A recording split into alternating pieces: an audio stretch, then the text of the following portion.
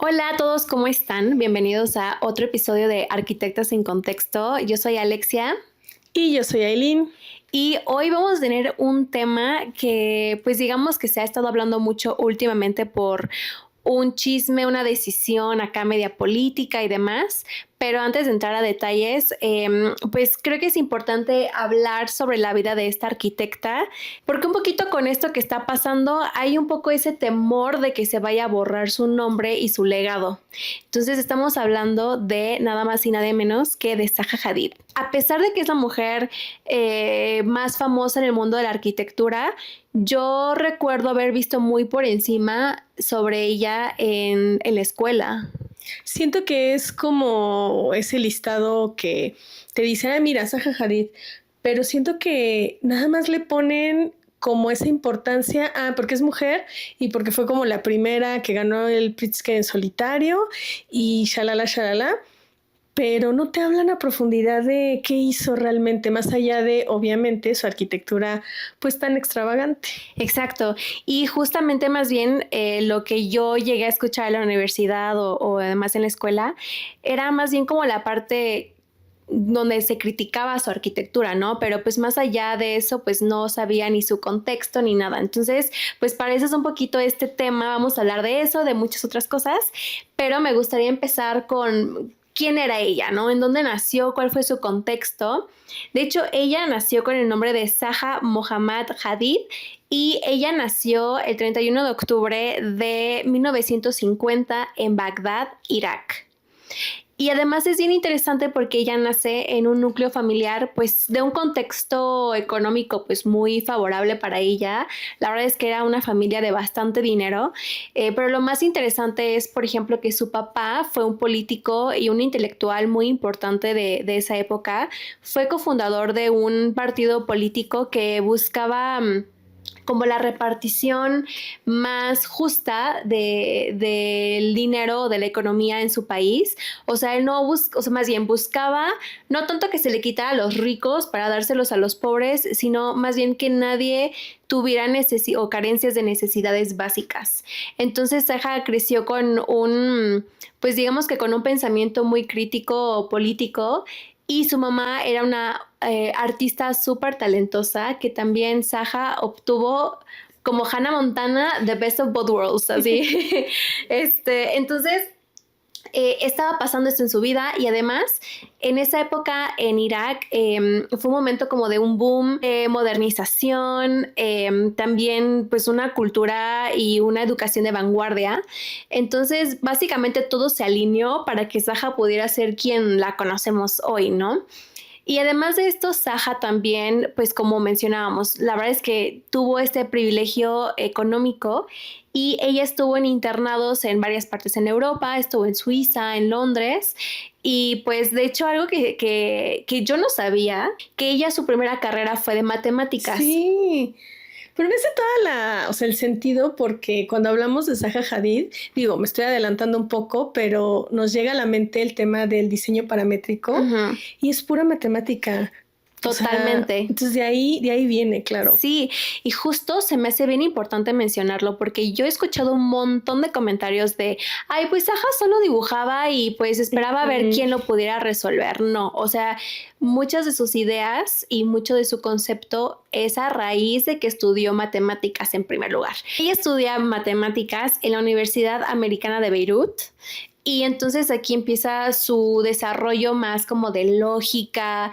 Ella empieza a tener como cierta relación con su cultura árabe, incluso con la geometría, y también relaciona mucho la caligrafía árabe con estos temas, ¿no? Entonces como que todo ahí se empieza como a hacer ahí como en las chicas superpoderosas, así de que los ingredientes para que salga como su arquitectura, ¿no? Y entonces después de esto, ella decide estudiar arquitectura en el Architectural Association School of Architecture, que es la AA, así se llama, y se graduó en 1977. Y justamente como que tuvo profes que son muy famosos ahorita y que pues siempre, pues ella destacó en la universidad, ¿no? Y de hecho cuando ella se graduó, unos de sus profes ya tenían su despacho que se llamaba Office of Metropolitan Architecture, la OMA, en donde Rem Koolhaas y Elias Sengelis eran pues creadores de este despacho y que también fueron sus profes y pues la invitaron a participar. Pero ella solamente dura como 2 años y ella dice, ¿sabes qué? Ya voy a independizar y se independiza.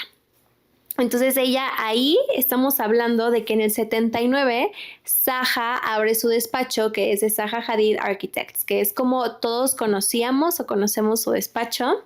Y aquí pasa como que algo muy interesante porque digamos que ella se independiza y dice, pues como que los dibujos arquitectónicos normales, o sea, de que tus plantas, tus cortes y demás, como que no lograba expresar lo que ella quería conceptualizar.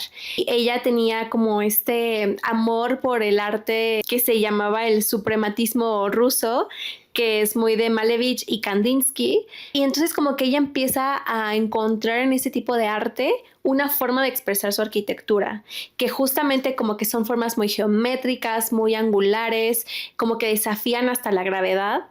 Y así fue como ella empezó a conceptualizar sus primeras obras. Y de hecho, o sea, durante casi una década, nadie pudo construir sus proyectos. Ella era tan fiel a sus conceptos y a lo que ella creía que es cómo se debía de construir, que pues todavía no existía la tecnología para hacerse, ¿no? Incluso la inversión, ¿no? Porque pues estamos hablando de que eran cosas como, pues que ahorita ya se ven un poco más en ciudades muy desarrolladas, pero pues como que en esa época como que rompía muchísimo los paradigmas de la arquitectura. Pero fíjate que yo en lo que estuve investigando, no sé, a ver tú qué opinas, veía que también decían que esta parte de que no había la tecnología, entre comillas, que era una justificación como, pues por todo este machismo que ella sufrió, de que, pues sí, era la diva, la reina de las curvas, o sea, tenía apodos de ese estilo, y decían, no, o sea, es que lo que haces es imposible y no se puede. Pero digo, después ya se pudo. Sí, o sea, justo, o sea, como dices, de hecho a ella la apodaron la arquitecta de papel justamente por eso. Y ahorita que mencionas eso, justamente pasó algo que se llama el caso de la ópera de Cardiff en el 94, en donde ella ganó este concurso, ¿no? A la gente le encantó lo que tú quieras y al final como personas muy conservadoras que estaban dentro como del grupo que tomaba decisiones decidieron no construirlo a pesar de que pues ya había ganado, ¿no? Y ella justamente Hadid dice que fue un poco por eso, por ser mujer, por ser inmigrante y por ser árabe. A ver, la ópera de Sydney, que es una historia muy similar, ganó y se pasó por presupuesto. Hicieron hasta lo imposible por construirlo. Y ahí no le dijeron nada. Exacto. Por eso justamente ella critica esto, porque pues como que, a ver, maneras había probablemente lo que tú quieras, pero digamos que ella no las tenía de ganar justamente por estos 3 atributos que ella tenía. Aquí es en donde pues se idolatra al hombre arquitecto blanco, pues que hace lo que quiere porque se le justifica por el genio, ¿no? Así de que no, es que es un genio y no importa que esto vaya a costar millones, como dices el caso de la ópera de Sydney, ¿no? Entonces aquí está muy cuestionable y justamente Zaha, imagínense estar en ese contexto frente a este mundo de hombres, arquitectos con sus trajes, ser, como ella dice, mujer, inmigrante y árabe. ¿Cómo te posicionas en este lugar, no? O sea, ella tenía la ventaja, sí, de la parte económica, pero tenía muchas desventajas de este otro lado, ¿no? Entonces, lo que pasa con muchas mujeres arquitectas o ingenieras es que se tiene que poner un cierto escudo y ella tiene que ser como pues la autoridad, ¿no? De que esto se hace así porque pues es mi despacho y ni modo, ¿no? Y entonces, justamente ese tipo de cosas son muy normalizadas en arquitectos hombres, pero a ella entonces se le empezó a decir que era una diva. Pero fíjate que eso yo lo veo repetido una y otra vez a la actualidad, que mujeres que terminan en un puesto alto tienen que ponerse bien perras. O sea, en plan de hablarles así fuerte. Incluso en obra yo lo he visto mucho con amigas que se dedican a obra, que llegan a obra y se tienen que poner en un plan así mal. Sí, rudo. Y cuando son arquitectos, al contrario, para llegarles ahora sí que a la gente de obra, hola May, ¿cómo estás? Mira, te traje una coquita y casi de cuates. Y uno como mujer no puede hacer eso, porque pues no, entonces creo que al final se repite y bueno, o sea, desde entonces y pues es una barrera que tuvo muy fuerte. Sí, y esto pues como esta doble moral, ¿no? Que se le justifica ese tipo de actitudes a hombres, como decía, justificándolos porque pues son genios. Y a ella más bien como de, ush, como que esta diva. Insoportable. Ajá, no. Entonces, por eso es importante como que se entienda el contexto de por qué a veces se tiene que tomar esta actitud, ¿no? Y bueno, algo que también que se me hace padrísimo de Saja y que está increíble es que ella se diseñaba su propia ropa. Sí. Y diseñaba joyería porque me la imagino perfecto, así de que yendo a alguna tienda y decir como que es que no me identifico con nada de esto, ¿no? Y si estuviera ahorita en esta época, yo creo que le da algo, o sea. Pero justamente ella decía que pues, ¿por qué conformarse con un solo ámbito del arte si hay miles, ¿no? Entonces ella misma usaba como su cuerpo como una proyección de su arte, ¿no? Y se me hace increíble esto. Es que es increíble porque siento que muchas de estas cosas que en un edificio no se podía lograr, unos zapatos, un vestido, una blusa, o sea, es mucho más sencillo y es icónica la moda de Saja. Sí, es icónica. Bueno, ya entendimos un poquito quién era, pero pues me gustaría que habláramos también como de sus obras y de qué es lo que se dice de estas obras. Se repite un poco la historia de estos Star Architects que pues de hecho como mujer se metió en ese listado justo por su tipo de arquitectura y también hay que entender que es una arquitectura que ha ido evolucionando, ¿no? Y en sus primeros proyectos, por ejemplo, uno de los más famosos que es una estación de bomberos en Alemania, ahí por el 93, pues tiene unas formas un poquito más como angulares, que es lo que platicabas ahorita, que digo, después fue conocida más por sus curvas. Y pues en general podemos ver que estas obras que justamente son más famosas, por ejemplo la ópera, no sé cómo se pronuncie, Guangzhou en China, el Centro Acuático de Londres, que también lo vimos en los Juegos Olímpicos, y uno de los más famosos, el Centro Cultural Heydar Aliyev, que está en Azerbaiyán.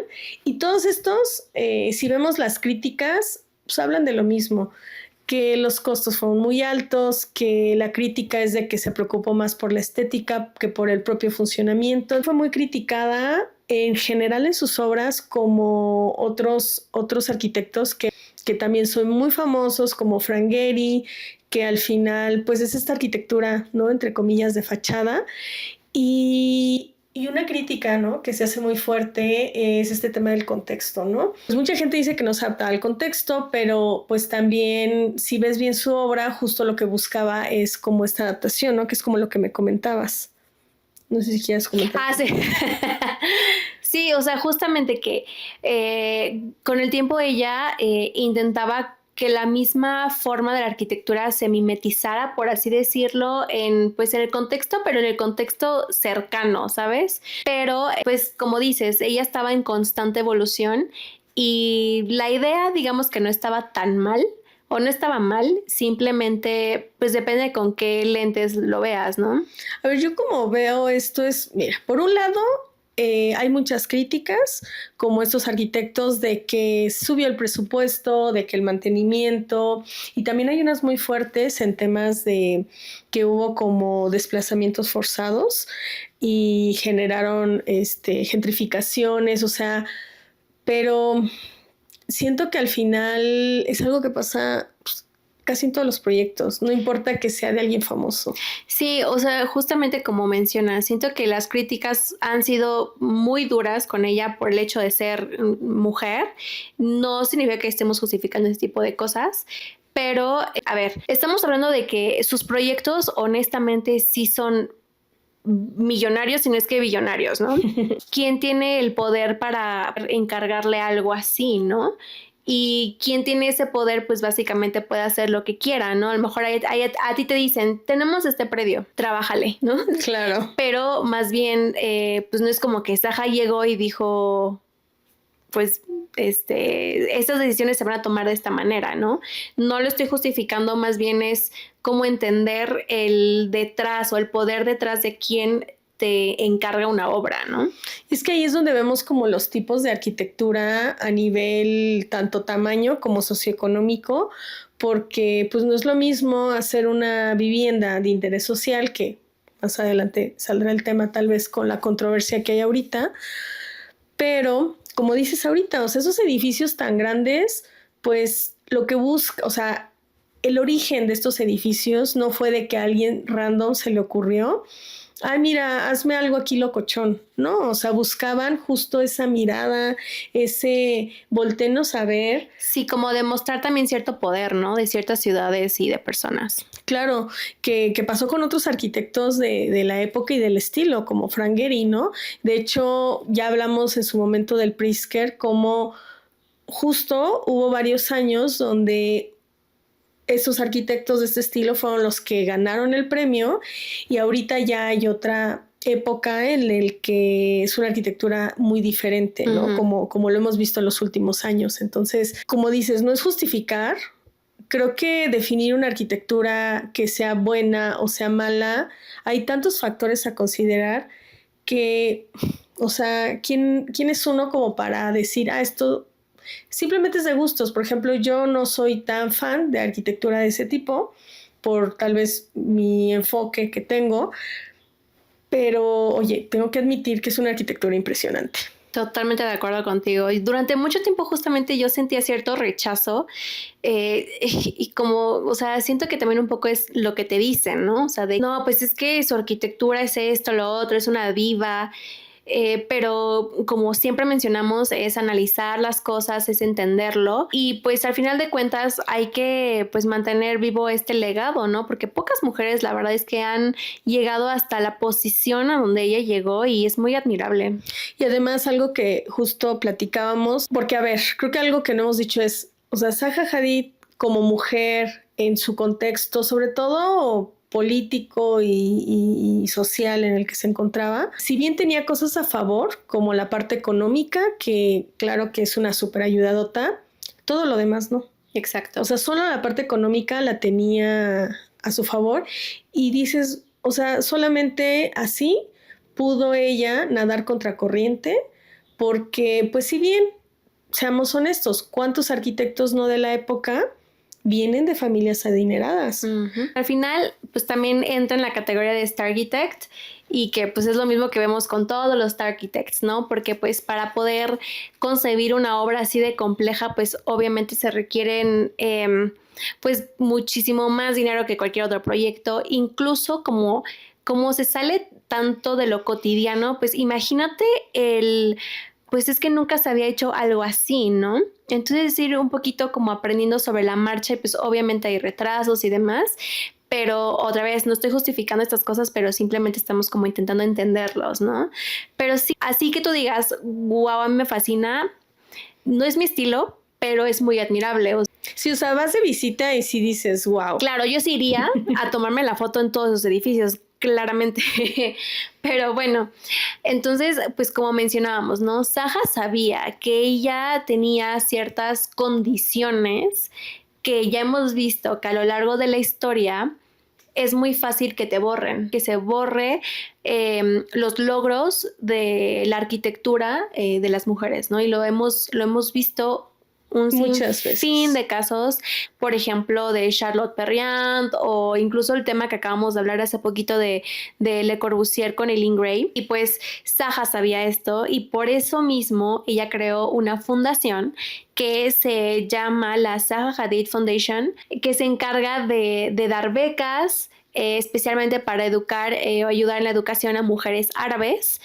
También, pues digamos que protege su obra pictórica, incluso toda su ropa que ella diseñó, la fundación está encargada de cuidarla, porque como sabemos, Zaha falleció en 2016, pero pues antes de esto ella había creado esta fundación y ella, para poder financiar esta fundación, pues se iba como a cobrar una cuota del 6% del total de las ganancias de la firma arquitectónica.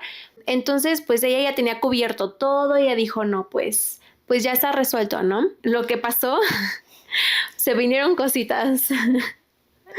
Que es donde, no, aparte quiero hacer aquí un paréntesis porque este episodio ya lo teníamos planeado. Y cuando estábamos justamente en la investigación, sale esta noticia y es como de, ¿qué está pasando? Porque si no lo saben, recientemente se cambió el nombre de Zaha Hadid Architects por ZHA. ¿Y quién hizo esto? Pues quien fue su mano derecha de Zaha Hadid, que se llama Patrick Schumacher. Él le vende al mundo la idea de que pues es como una nueva etapa en el despacho, que Zaha ya tiene 10 años que murió, y pues como una vuelta a la página, ¿no? Porque pues él es quien está llevando la oficina. Pero a ver, creo que es bueno desmenuzar todo esto. ¿Quién es Patrick, para empezar? Resulta que Patrick se unió al despacho de Zaha a finales de los 80s y como que hicieron match porque él es muy bueno en el tema paramétrico y computacional, y él básicamente fue quien ayudó a Zaha a que se concibiera la obra, pero la obra creativa de Zaha. Como modernizarlo con tecnología, o sea, Exacto. tampoco... Sí, o sea, el genio y la idea siempre fue de Zaha. Él más bien con la técnica logró como pues aterrizarlo, pero es importante mencionar esto. Entonces, bueno, a ver, Zaha se muere en 2016 y aquí es donde empieza la verdadera disputa o la primera disputa legal. Resulta que Zaha pues dejó pues una herencia, ¿no? Una pequeña herencia de unos cuantos millones. Y ella estipuló que pues había ciertos albaceas, ¿no? Primero estaba su sobrina, que se llama Rana Hadid, un artista plástico que se llama Brian Clark, y un promotor inmobiliario que se llama Peter Palumbo y Patrick. Pero ¿qué pasa? Que Patrick quería tener el control absoluto de la herencia. ¿En serio? Entonces, pues ahí empieza como la primera disputa. Y también como contexto, en esta misma época, o sea, literal, él empezó a decir que, no, agárrense, él empezó a decir que él estaba a favor de la privatización del espacio público, la abolición de normas de planificación urbana y la eliminación de la vivienda social. Entonces, obviamente, la fundación de Zaha sacó un comunicado de que no es, o sea, como que se alejaba de esas cosas que él estaba diciendo. Y entonces, pues como que Patrick dice, ¿cómo que no me apoyan en mis ideas padrísimas? Entonces, pues como que empieza la disputa. Obviamente se ve que no se llevan para nada bien los otros albaceas con Patrick, y entonces se van a juicio. Y este juicio llegó hasta el 2020. ¿Y qué salió en ese juicio? Querrán saber ustedes. Resulta que, digamos que el lado contrario legal de Patrick dijo que Patrick tiene una mala gestión financiera y tiene un abuso de poder. No sabe distinguir entre sus intereses personales con sus deberes financieros hacia la empresa. Tiene relaciones inapropiadas con miembros del personal junior.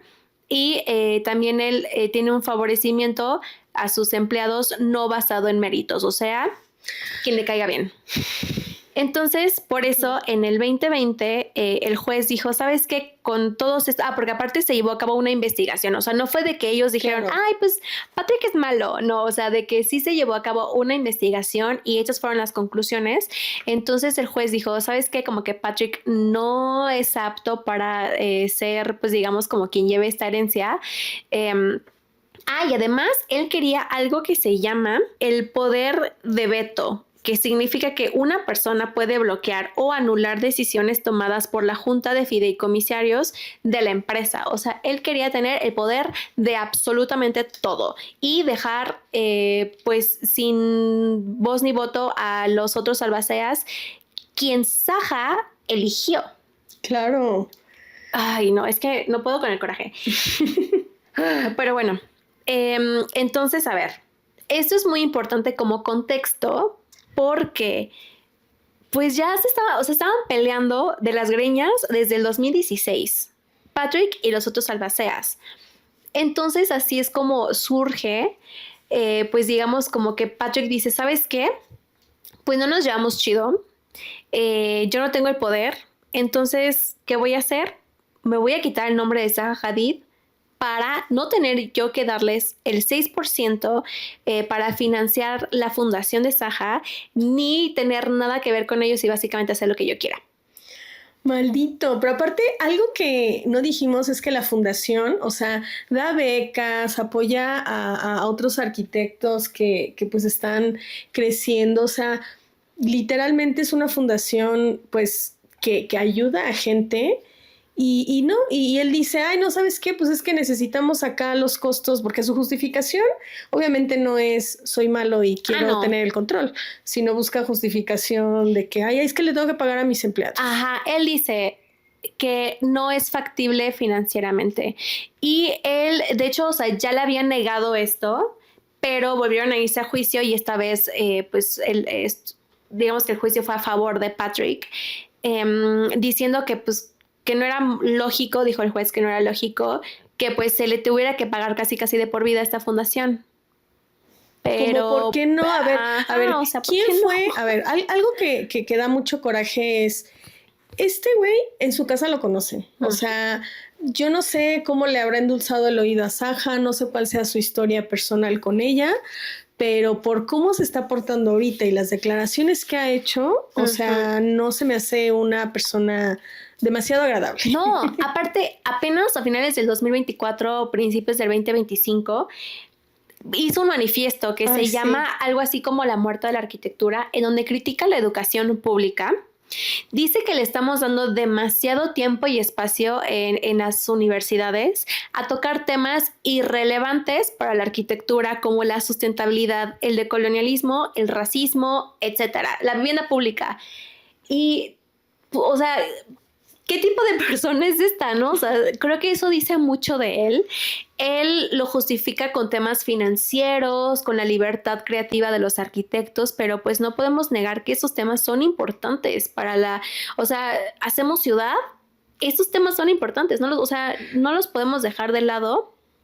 Y esta persona es quien hizo que se cambiara el nombre de Zaha Hadid Architects. Entonces, aquí es un poquito como que abrir debate, porque mucha gente, yo he visto que mucha gente dice, sí, está bien, o sea, a ver, Zaha ya ni vive, o sea, ella ya ni toma decisiones, quien hace todo es Patrick y demás.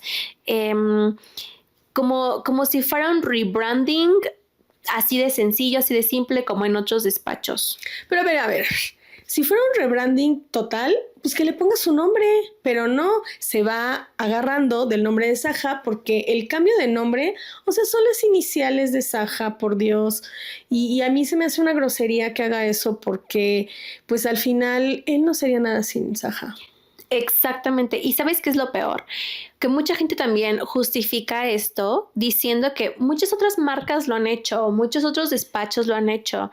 La gran diferencia es que muchos arquitectos o diseñadores han decidido en vida que una vez que ellos ya no estén sobre la planeta Tierra, el plano terrenal, que se cambie su nombre porque justamente se les va a relacionar con cosas pues, en las que evidentemente ellos ya no están haciendo, ¿no? A menos de que estén ahí desde el cielo como que dibujando, pero pues obviamente esto no está pasando, ¿no? Entonces, esa es la gran diferencia, que se decide en vida y está bien con eso, ¿no? Y pasó con Richard Rogers y con otros arquitectos, pero Zaha estaba tan consciente de que se podía borrar su nombre que hasta hizo una fundación para evitarlo, ¿sabes?